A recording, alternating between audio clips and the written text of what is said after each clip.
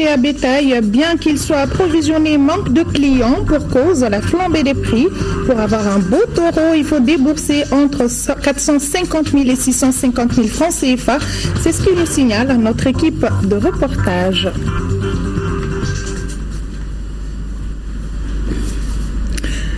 Le tour complet de l'actualité nationale, c'est tout de suite et maintenant dans ce 20h. Bonsoir à tous et merci d'avoir choisi le journal de l'ORTM.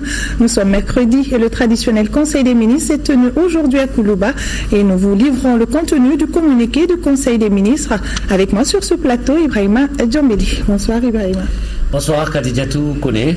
Mesdames et messieurs, à vous également, bonsoir. Bienvenue au chapitre des mesures réglementaires au titre du ministère des Domaines de l'État et des Affaires foncières. Sur le rapport du ministre des Domaines de l'État et des Affaires foncières, le Conseil des ministres a adopté un projet de décret portant affectation de parcelles de terrain au ministère de l'Économie et des Finances.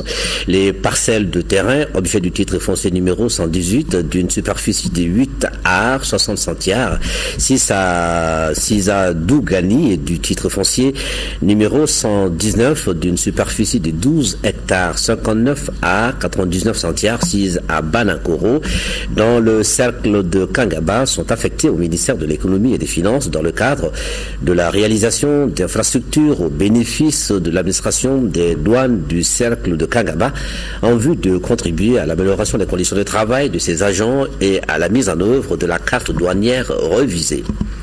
Les parcelles de terrain affectées font partie de la propriété de l'État et sont libres de toute charge. 2. Un projet de décret portant affectation d'une parcelle de terrain au ministère des Domaines de l'État et des Affaires foncières.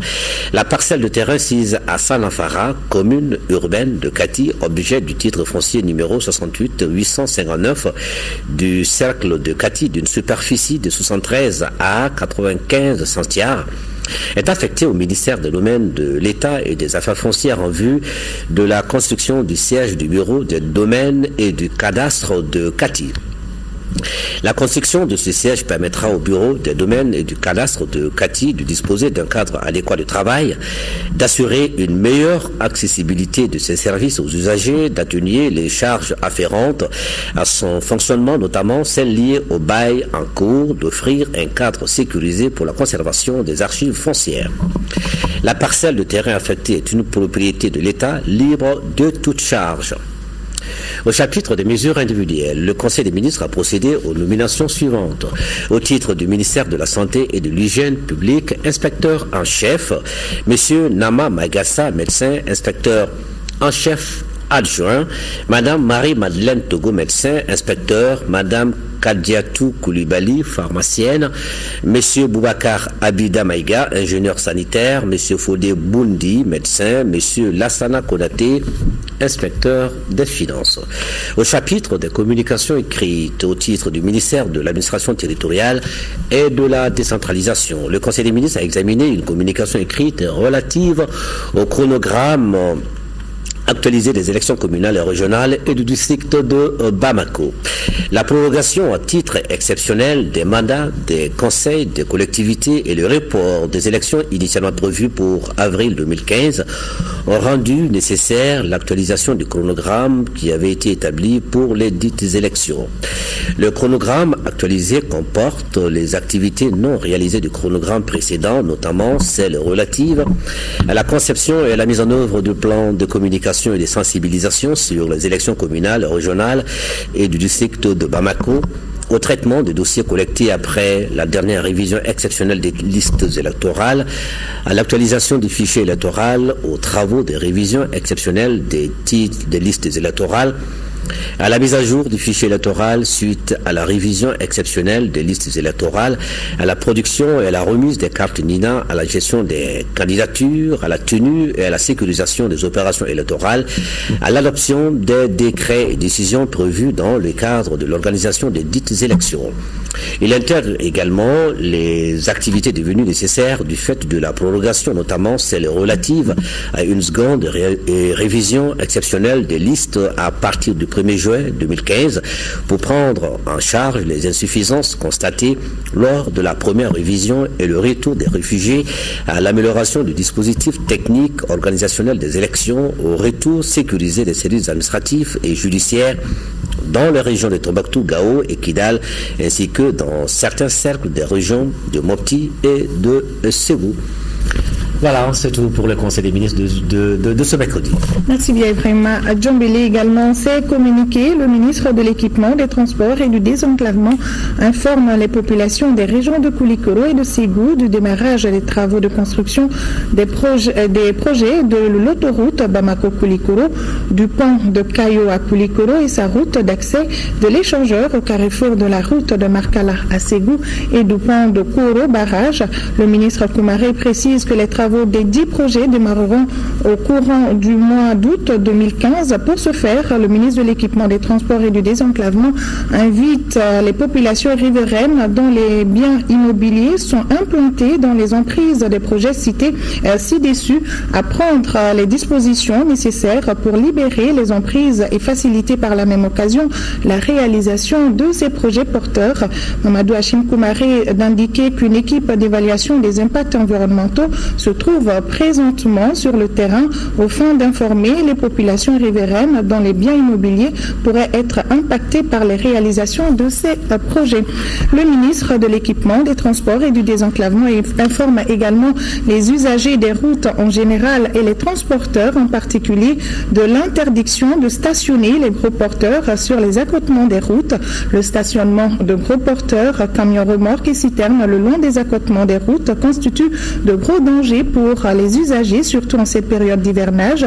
Le ministre Mamadou Hachim Koumaré précise par ailleurs que le stationnement des gros porteurs sur les accotements des routes demeure la principale source de dégradation du patrimoine routier et présente des risques majeurs pour la sécurité des personnes et des biens. À cet effet, le ministre de l'Équipement, des Transports et du Désenclavement invite les usagers des routes en général et les transporteurs en particulier à éviter tout arrêt de longue durée le long des routes en dehors des zones spécifiquement aménagées pour des stationnements, des camions remorques, des citernes et autres engins de gabarit. Le ministre Mamadou Hachim Koumaré s'est compté sur la bonne compréhension et le civisme de tous et de chacun. Le président du Conseil économique, social et culturel a reçu en audience les 3 nouveaux ambassadeurs du Mali qui s'apprêtent à rejoindre leur poste. Il était venu recueillir les orientations et les conseils nécessaires pour le bon accomplissement de leur mission. Le compte-rendu de ces audiences avec Boubacar Sissoko. La coopération se renforce davantage entre le Mali et la Russie. Elle est traduite ici par la remise d'un protocole par le président du Conseil économique, social et culturel à la Chambre civique de la Fédération de Russie. Un protocole qui doit contribuer à promouvoir la coopération entre les deux institutions. On a évoqué la possibilité d'un autre voyage d'une délégation du Conseil économique, social et culturel malien en Russie pour continuer cet échange, ce dialogue. Et ainsi de suite, donc sûrement par la suite, nos amis maliens vont accueillir leurs homologues russes ici sur le sol malien. Et ainsi, cette coopération va prendre corps en pratique. Quant aux 3 nouveaux ambassadeurs du Mali qui s'apprêtent à rejoindre leur poste, ils sont venus recueillir les orientations et les conseils du président du Conseil économique, social et culturel, Kassoum Aïdara. La première personnalité reçue est Nassiré Henriette, nouvelle ambassadeur du Mali en Guinée. Je suis venue prendre ces conseils, ces recommandations en ce qui concerne ces ressortissants en Guinée et l'inviter si possible à nous rendre une visite de courtoisie en Guinée pour me permettre de mieux cerner ces ressortissants de la Guinée. Ferry Camara est la deuxième personnalité reçue. Il est le nouvel ambassadeur du Mali en Éthiopie et une mission spécifique. Outre le titre d'ambassadeur, il est aussi accrédité auprès de l'Union africaine au nom de la République du Mali. L'ambassade du Mali a bien sûr une spécificité. C'est une ambassade et puis c'est une mission permanente. L'ambassade du Mali a comme juridiction les pays suivants. Nous avons l'Éthiopie, nous avons Djibouti, nous avons le Kenya, nous avons l'Ouganda, nous avons la Somalie et la République unie de Tanzanie. En plus de cela, nous accomplissons des fonctions de représentation permanente auprès de l'Union africaine, la Commission économique des Nations Unies pour l'Afrique, la CEA, et puis le Programme des Nations Unies pour l'environnement qui est basé à Nairobi. La dernière audience, c'est celle accordée à Mahaman Abdou Cissé, le tout nouvel ambassadeur du Mali au pays de Madiba, l'Afrique du Sud. Le Mali a été parmi les premiers pays, n'est-ce pas, à soutenir ces pays-là. Et donc, en tant qu'ambassadeur de Mali, je pourrais, selon le président du Conseil, marcher la tête haute et surtout porter haut le flambeau de la République du Mali. Donc ça, c'est essentiellement le conseil qu'il m'a donné. Je pense que nous n'avons pas à rougir du tout de la coopération que nous avons eue jusqu'à présent avec ces pays-là. Dans ce pays, il est appelé à fructifier la coopération existante entre les deux pays, a conseillé Boulkassoum Aïdara. Le Conseil des ministres qui s'est tenu aujourd'hui, mercredi, était présidé par le chef de l'État Ibrahim Boubacar Keïta. Nous continuons ce journal. Le stock de vivres et de non-vivres de projets de dépôt humanitaire et logistique sera approvisionné pour d'éventuelles opérations d'assistance humanitaire à tout état de la CEDEAO en détresse. La séance de travail d'évaluation de processus a réuni plusieurs membres du gouvernement, les commissaires de la communauté économique. Les détails avec Moïse Traoré. Le futur dépôt humanitaire et logistique à Bamako aura une importante quantité de vivres et de non-vivres en stock. La commission de la CEDEAO pourra alors fournir de l'assistance humanitaire à tout État membre dans le besoin. Les tendances météorologiques et les risques liés au changement climatique sont des facteurs négatifs qui fragilisent nos pays et qui fragilisent davantage nos populations. Dès lors, il deviendra de plus en plus nécessaire de diminuer la distance entre le dépôt et les bénéficiaires, d'augmenter le stock de matériel pouvant être mobilisé en période de catastrophe ou de crise humanitaire. Un mémorandum d'entente relatif à l'installation du dépôt humanitaire a été signé entre le gouvernement du Mali et la CEDEAO le 5 février 2010. Il s'agit désormais de dynamiser le projet. La commission de la CEDEAO avait installé une task force qu'il va falloir réactiver au sortir de cette présente réunion pour une opérationnalisation de nos décisions. Au niveau de la commission de la CEDEAO, les termes de référence du consultant en charge de réaliser les études techniques, architecturales, socio-économiques et environnementales sont disponibles et feront dans les prochaines semaines l'objet d'un appel d'offres international. La zone aéroportuaire a été visitée par les commissaires de la CEDEAO. Le gouvernement doit attribuer un site d'une trentaine d'hectares pour la construction du dépôt humanitaire.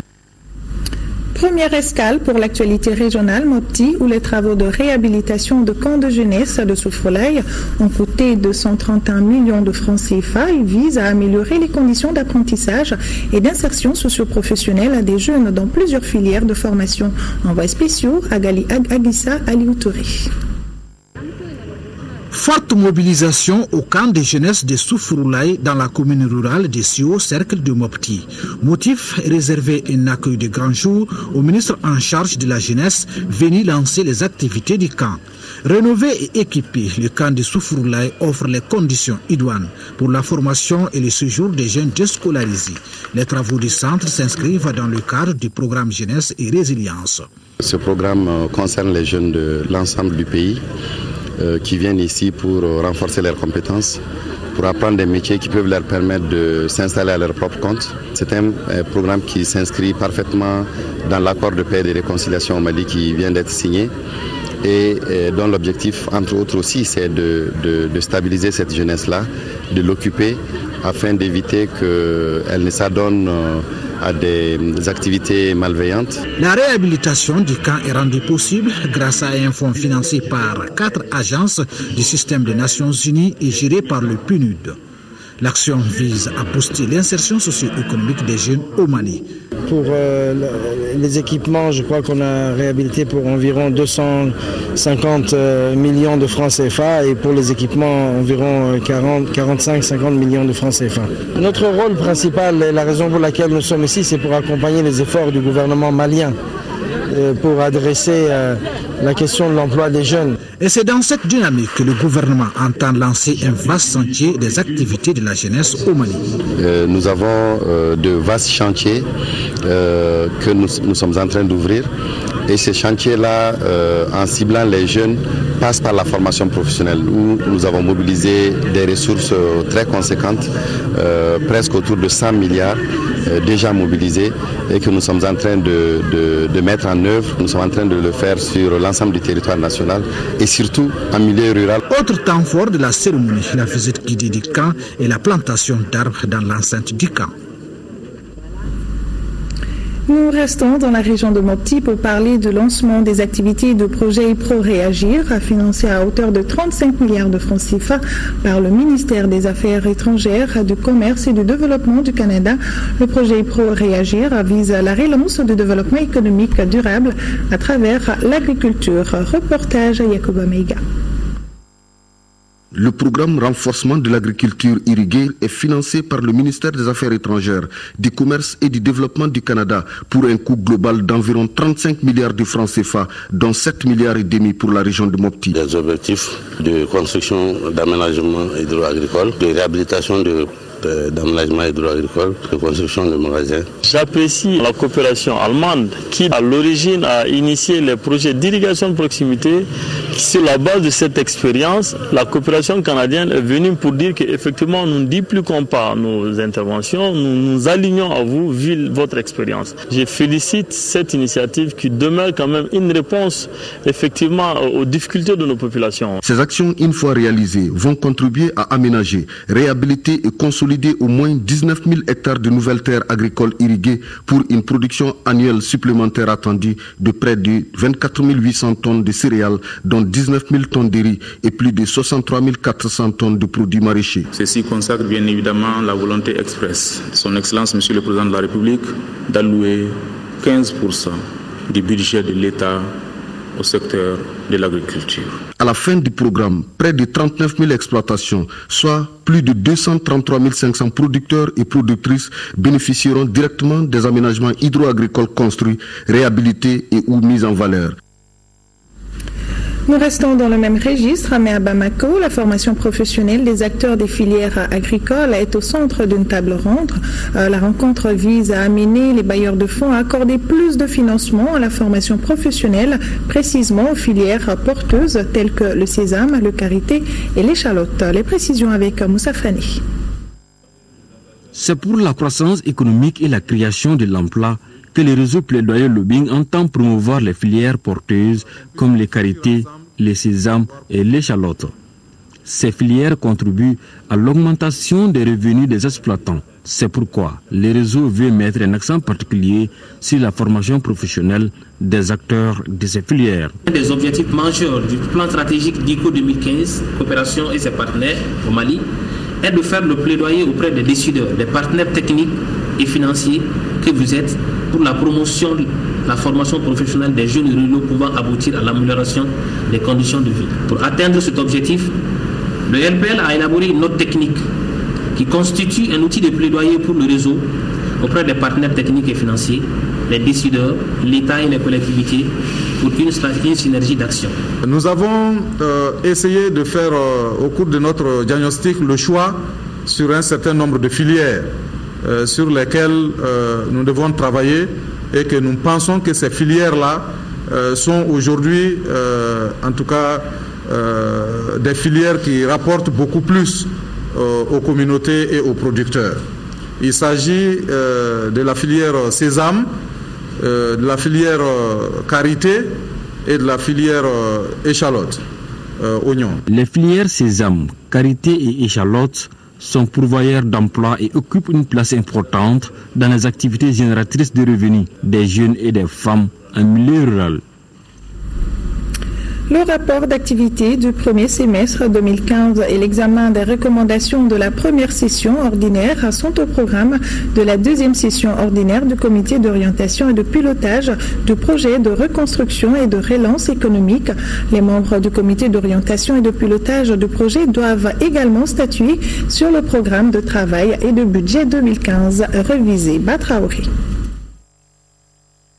Le comité d'orientation et de pilotage du projet de reconstruction et de relance économique PRRE se tient tous les 6 mois conformément à son accord de financement. La présente session, deuxième du genre, fait le point d'exécution des recommandations de la première ainsi que le bilan des activités réalisées. Comme activité réalisée, il faut indiquer que le projet a procédé à la réhabilitation d'un certain nombre d'infrastructures scolaires pour permettre aux enfants du Nord de reprendre le chemin de l'école.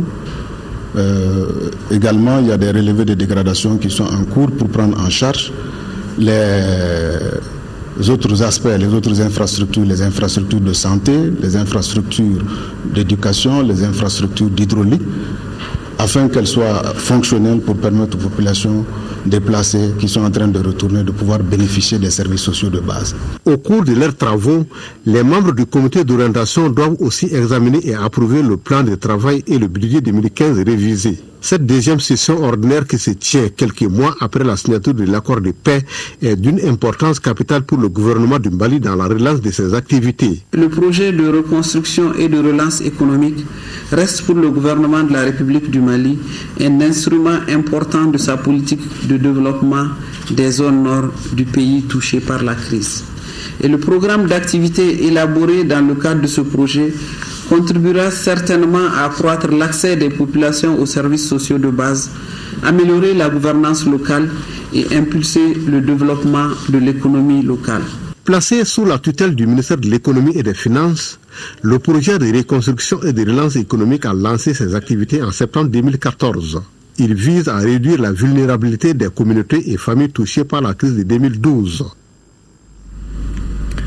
En marge des travaux de la 3e conférence internationale sur le financement du développement, le ministre des Affaires étrangères et son collègue des Mines se sont entretenus avec Philippe Douste-Blazy, sous-secrétaire des Nations Unies chargé des financements innovants. Avec lui, il a été surtout question du projet qui ambitionne de lutter contre la malnutrition à travers un système de financement innovant dont le pré-lancement a lieu à Addis Abeba. Les détails avec Alassane Diambélé depuis Addis Abeba. Unit Life est une initiative pilotée par le sous-secrétaire d'État des Nations Unies chargé des financements innovants, Philippe Douste-Blazy, qui ambitionne de dégager des financements pour lutter contre la malnutrition. Il s'agit de prélever des sommes infimes sur des ressources extractives et lutter ainsi efficacement contre les fléaux. Il s'agit de prendre une microscopique contribution de solidarité sur les ressources extractives, à la fois le pétrole, le gaz, les mines, pour que cet argent puisse servir à lutter contre une maladie très dangereuse, en particulier en Afrique, qui s'appelle la malnutrition. C'est donc le Mali qui sert de pays initiateur de cette magnifique démarche. Le Mali, qui souffre du phénomène, n'a pas hésité à adhérer à l'initiative. L'état nutritionnel des enfants est érigé aujourd'hui en priorité nationale. Le président de la République a donné son accord de principe afin que le Mali puisse participer à cette initiative parce qu'il considère qu'il s'agit d'une initiative formidable, une initiative de solidarité, une initiative qui est orientée vers le développement. Et c'est donc une initiative qui est en ligne avec sa propre vision qu'il a du secteur extractif malien, qu'il veut de plus en plus orienter vers le développement. Pour marquer son adhésion au projet, le ministre des Mines a fait ici une proposition choc présentée comme un modèle de financement innovant. Et nous sommes arrivés à la conclusion que nous allons prendre une infime portion des revenus qui sont issus de notre industrie extractive pour allouer à la lutte contre la malnutrition chronique au Mali. Ce qui est convenu aujourd'hui, c'est de prendre 0,20 centimes de dollars sur chaque gramme d'or qui sera produit au Mali comme notre contribution à cette initiative. Unit Life sera officiellement lancé au mois de septembre prochain à New York au cours de la session des Nations Unies en présence du président de la République, Ibrahima Boubacar Keïta.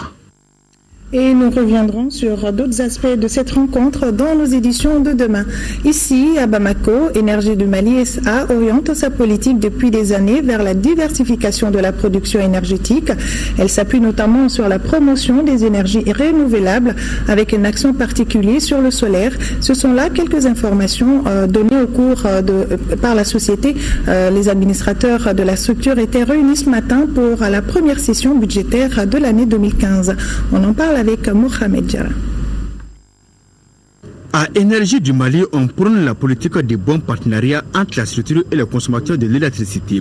Et c'est d'ailleurs ce qui motive cette première session du conseil d'administration de la structure au titre de l'année 2015.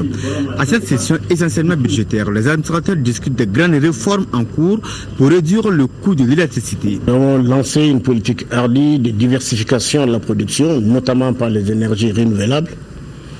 Nous avons une source d'énergie que personne ne discute, c'est le solaire. De plus en plus, donc, nous nous orientons pour la diversification de nos sources de production et donc développer les solaires. Vous avez suivi la semaine dernière la signature du protocole avec le projet SCATES de Ségou, qui va nous mettre quand même sur les réseaux près de 35 mégawatts, ce n'est pas rien. Il y a d'autres dans le pipe. Nous avons aussi les sources hydroélectriques. Et déjà, le président du conseil d'administration se félicite de la normalisation de la situation sociopolitique du pays, avec la signature de l'accord pour la paix et la réconciliation. Ce grand pas vers la stabilisation du pays devra permettre à EDM SA de reprendre en main ses centrales dans les régions du Nord. La volonté politique étant de couvrir l'ensemble du territoire. Et c'est pourquoi d'ailleurs d'autres centrales sont en train d'être construites à Nara, à Nyoro et à Djema. Ce qui fera dire au PCA que la structure se porte bien. Mais l'EDM se porte bien. Nous disons qu'elle se porte mieux. Elle pourrait se porter encore mieux. Nous avons toujours le soutien de l'État qui ne fait pas défaut et qui nous permet de remplir notre mission de service public. Toutes ces initiatives concourent à une bonne distribution de l'électricité. Mais malheureusement, la direction de EDM SA déplore les fraudes de certains consommateurs qui font perdre des milliards de francs CFA à EDM SA. Cette fois-ci, c'est le Centre d'études et de renforcement des capacités d'analyse de plaidoyer CERCAP qui a tenu sa première session ordinaire. Sont inscrits à l'ordre du jour de cette rencontre le rapport d'activité de l'année 2014, le programme d'activité pour l'année en cours, entre autres. Le compte-rendu de Mohamed Ould-Mamouni. Il s'agit pour les participants à cette première session ordinaire du Conseil d'orientation du Centre d'études et de renforcement des capacités d'analyse et de plaidoyer CERCAP d'examiner les rapports d'activité du Centre au titre de l'année écoulée et les projets de programme d'activité 2015. La session permettra aussi d'étudier le rapport d'audit externe des comptes au titre de l'exercice budgétaire de l'année 2014. Pour l'année dernière, on peut retenir entre autres 2 activités d'appui institutionnel, 7 activités de recherche, 4 sessions de formation et 4 activités d'interface et de plaidoyer. Et en plus, il y avait 3 activités de documentation et de diffusion d'informations économiques et sociales. Cependant, le CERCAP a connu des contraintes, notamment les difficultés financières des partenaires techniques et financiers. Le taux d'exécution financière s'élève à 77,66%. Pour l'année en cours, un certain nombre d'activités ont été identifiées. Il s'agira des activités programmées au bénéfice des structures et organes de l'administration, au bénéfice des organisations et entreprises du secteur privé, ou encore au profit d'organisations de la société civile. Le ministre de l'Aménagement du territoire et de la population qui préside la cérémonie a félicité l'équipe du CERCAP pour le travail accompli. Il les a invités à redoubler d'efforts pour engranger d'autres résultats significatifs. Je le disais au début de cette édition, le marché à bétail de la capitale est bien approvisionné, mais les animaux sont vendus à prix d'or. Pour se procurer d'un taureau bien en chair, il faut débourser entre 450 000 et 650 000 francs CFA. Les vendeurs expliquent la flambée des prix par l'absence des pâturages et la spéculation sur l'aliment bétail. À quelques jours de la fête de Ramadan, les clients ne se bousculent pas du tout dans les différents lieux de vente. Prenons la température du marché à bétail dans ce reportage signé Bourama Traoré. Le marché à bétail est bien fourni. Le parc de Niamana, l'un des plus gros sites d'approvisionnement de la capitale, reçoit des centaines de têtes par jour. Même décor au niveau du marché de la zone industrielle où on a coïncidé avec l'arrivée massive des bovins.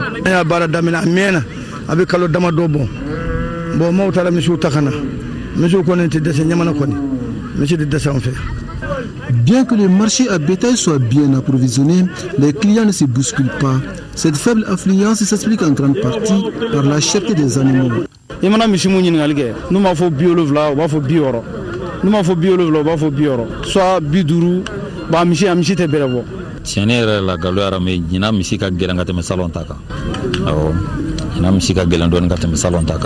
À en croire les vendeurs, les prix varient en fonction de la qualité de l'animal. Pour se procurer d'un taureau bien en chair, il faut débourser entre 450 000 et plus de 500 000 francs CFA.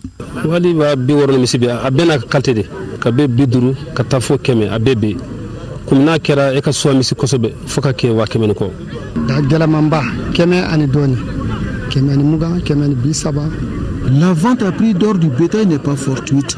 L'absence de pâturage en est l'une des principales explications. D'ailleurs, faute de nourriture, les animaux venus de la partie nord du pays sont éthiques.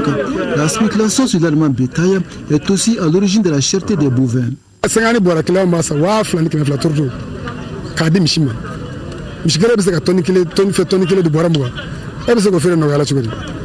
Faute d'avoir un taureau moins cher, certains clients n'hésitent pas à se rabattre sur les petits ruminants. Là aussi, la facture est salée. L'opération Ramadan de la Première Dame vient de prendre fin en commune 6 du district de Bamako. L'opération a concerné les populations les plus démunies de la commune. Mamoudou Sidibé. Le programme de solidarité initié par la Première Dame en faveur des plus démunis de la capitale a pris fin ce mercredi en commune 6 du district de Bamako. Au total, 100 personnes en situation difficile ont reçu chacune 25 kg de riz, 25 kg de sucre, 5 kg de viande et une enveloppe symbolique.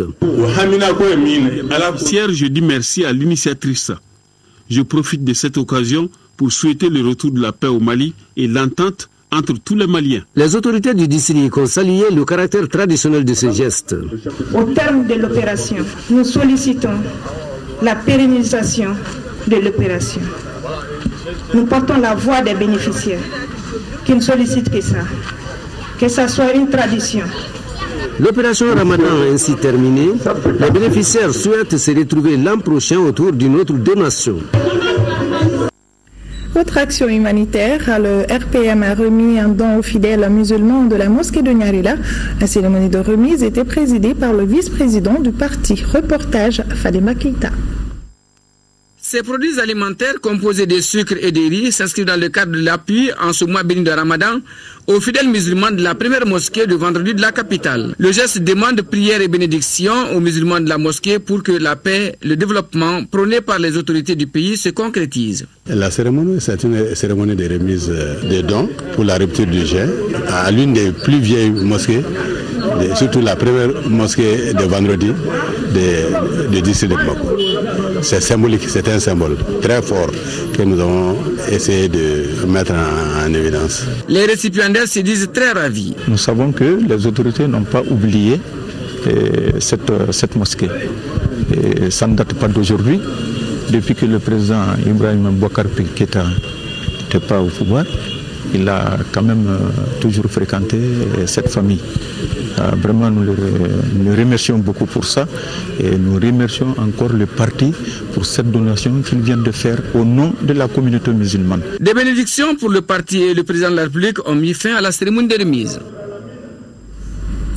Même exercice à Fakola, dans le cercle de Kolondieba, près de 10 tonnes de vivres ont été remises aux populations par le RPM. Au RTM Sikasso, le reportage d'Idrissa Koulou Sissoko.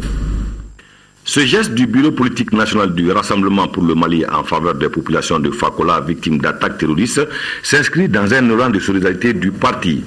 En remettant 10 tonnes de vivres composés de maïs, de riz, de sucre, de sel, entre autres, le Bureau politique national du RPM entend soulager les souffrances des populations et s'enquérir sur le terrain des conditions de l'attaque. Il y a eu des événements malheureux à Fakola ici et dans certains villages environnants. Bon, le parti RPM ne pouvait pas ne pas réagir. ne serait-ce que manifester une certaine solidarité envers les populations de Fakola. Donc c'est vraiment montrer notre solidarité du RPM.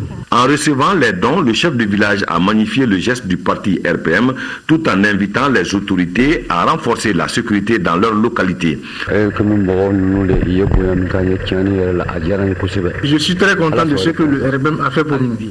Après la catastrophe, c'est le RPM seul qui est venu à notre secours. Aujourd'hui, nous avons su qu'il y a une armée derrière nous. Il faut signaler qu'après l'attaque de Fakola par les djihadistes qui a occasionné des dégâts matériels, l'armée a été déployée dans la zone. L'association Solidaris 223 vient d'organiser une distribution de repas aux plus nécessiteux de 3 communes du district de Bamako. L'opération a permis de donner le sourire à plusieurs enfants. On en sait plus avec Fosséni Tunkara. Cette œuvre de bienfaisance a touché plus de 600 enfants démunis. La première étape a concerné le centre coranique Bougouba de l'imam Kalapo Amdalaï, puis les enfants qui siègent autour de la mosquée de Chouala Bayaya Haïdra. Les 2 mosquées de Badalabougou en commune 5 ont également reçu la visite des Solidaris 223. Pour les initiateurs, l'action justifie la vocation de leur organisation. C'est une association qui vient en aide aux couches les plus défavorisées, et notamment aux enfants de la rue. On est parti sur un budget de à peu près 600 repas qu'on voudrait distribuer pour les enfants de la rue. Grâce aux bonnes volontés qui ont bien voulu nous accompagner, ces bonnes volontés qui ont voulu faire parler leur cœur. Partout où la caravane s'est arrêtée, les bénéficiaires manquaient de mots pour exprimer toute leur joie. Dans notre centre, il y a plus d'une centaine d'enfants. Faire manger chacun de ces enfants est une grande chose. Dans la religion musulmane, rien ne vaut la solidarité, l'entraide. Voilà ce que le bon Dieu nous demande. De sa création en septembre 2014, Solidaris 223 a mené plusieurs actions concrètes en faveur des enfants démunis. Parmi ces activités, on peut citer entre autres un don de vêtements et chaussures à la pouponnière de Bamako, le lancement de l'opération Un enfant, un sourire, remise des dons à la pouponnière Niaber de la Fondation Azmali. En image, le département des transports à travers le Conseil malien des chargeurs, après la signature de l'accord de paix dans notre pays, renoue son partenariat avec le port autonome de Cotonou au Bénin. Les responsables des transports invitent les chargeurs à l'utilisation du corridor Bamako-Cotonou, occasion pour les responsables du port de faire un acte de reconnaissance avec la remise de kits de produits alimentaires à certaines personnalités du département des transports. Le respect des droits humains, aujourd'hui une forte demande des responsables de l'armée malienne. La section des droits humains des hommes en tenue a eu une rencontre d'échange avec les représentants de différents corps. Adama Koulibaly. Des militaires sont appelés à s'approprier le contenu des articles du droit humanitaire sur le terrain des conflits. Plus de 400 hommes en tenue de plusieurs corps confondus sont réunis au Prytanée militaire de Kati pour apprendre le droit international humanitaire. Selon les responsables de la structure de contrôle des militaires pour l'observation des règles humanitaires, former les militaires maliens est aujourd'hui plus que nécessaire. Nous sommes en train de gérer un conflit que le Mali n'a jamais connu. Il y a eu beaucoup d'exactions, beaucoup de violations graves des droits de l'homme dans le nord de notre pays.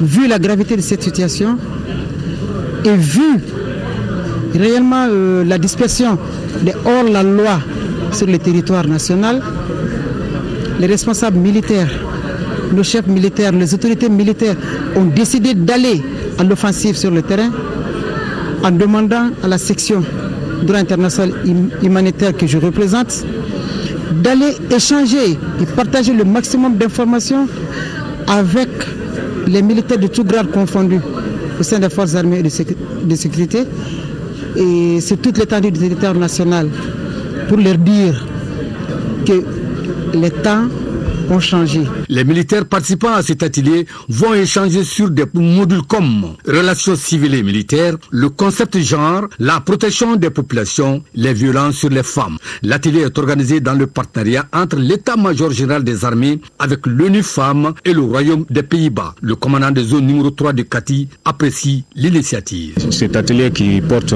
essentiellement sur le droit international humanitaire et en particulier le droit des femmes et des enfants va permettre aux forces armées de sécurité, les officiers, sous-officiers et militaires du rang d'acquérir plus de connaissances en ce qui concerne la protection de cette couche fragile. Les participants viennent de tous les régiments ainsi que les forces de sécurité, c'est-à-dire la gendarmerie, la garde nationale, la protection civile et la police de Kati. Qu'est-ce que la plateforme des organisations de la société civile malienne? Quel est l'avantage de cette plateforme et comment publier les informations sur la plateforme? Ces questions étaient au centre d'une rencontre organisée par le Forum des organisations de la société civile. Adraman Maïga. Permettre aux acteurs des organisations de la société civile de Kidal de maîtriser les contours liés aux publications d'informations concernant leur région sur la toile. C'est l'objectif de la plateforme interactive des organisations de la société civile à travers cette rencontre. Le site choisi pour le faire, c'est www.i-sociétécivilemali.org. Cet outil permettra désormais aux acteurs des organisations non gouvernementales de coordonner leurs actions sur le terrain et de mettre en ligne leurs publications. Nous espérons qu'à l'issue de cette présentation, chaque OSC, voire le citoyen lambda, s'appropriera cet outil combien important de communication.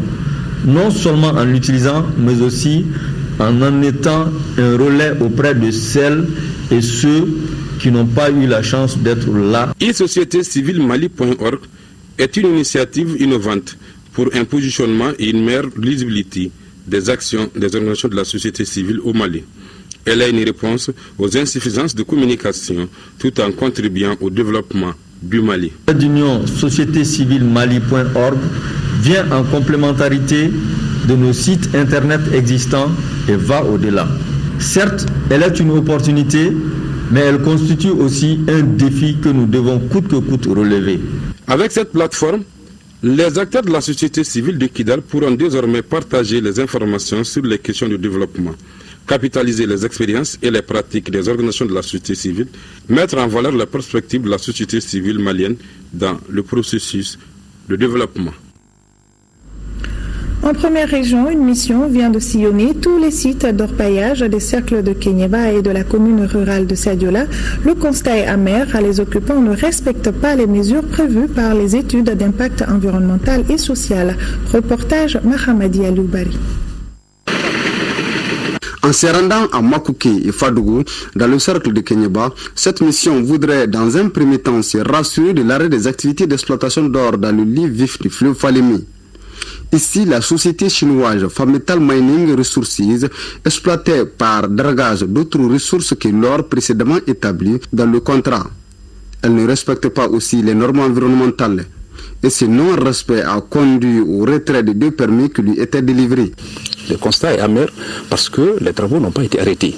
Et comme vous le voyez derrière nous ici, nous avons un lit qui est complètement obstrué par les dégâts. Nous avons signifié à la société ce que nous avons trouvé sur le terrain, que ce soit à Fadougou ou ici à Makunke, l'arrêt des activités. Les mesures qui doivent être prises, c'est de demander à la société, comme il a été notifié dans la lettre de M. le ministre de l'Environnement, de l'Assainissement et du Développement durable, de dégager tous les déchets que nous voyons dans les lits du fleuve pour vraiment donner cours libre à la circulation de l'eau dans cette partie de la Falémé. Le second acte a été marqué par la remise officielle aux autorités locales de la décision interministérielle suspendant les activités d'orpaillage traditionnelles du 15 juin au 30 septembre de chaque année au Mali. Un acte hautement salué par les responsables coutumiers.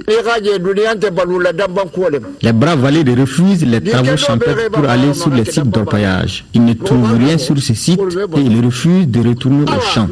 Si on cultive pendant l'hivernage, il y aura de l'autosuffisance alimentaire au Mali. Le gouvernement a raison de bien fermer les sites pendant l'hivernage. L'information et la sensibilisation des populations s'avèrent nécessaires dans les localités visitées par l'équipe régionale des mines. Sport, afro-basket féminin de moins de 16 ans, les Maliennes ont battu les Rwandaises 111-23. Il s'agit de la 4e victoire de nos basketteuses après celle obtenue respectivement face au Mozambique, à la Tunisie et à l'Angola. Afro-basket de moins de 16 ans, filles à Madagascar, le Mali joue demain en quart de finale contre le Maroc à partir de 16h temps universel.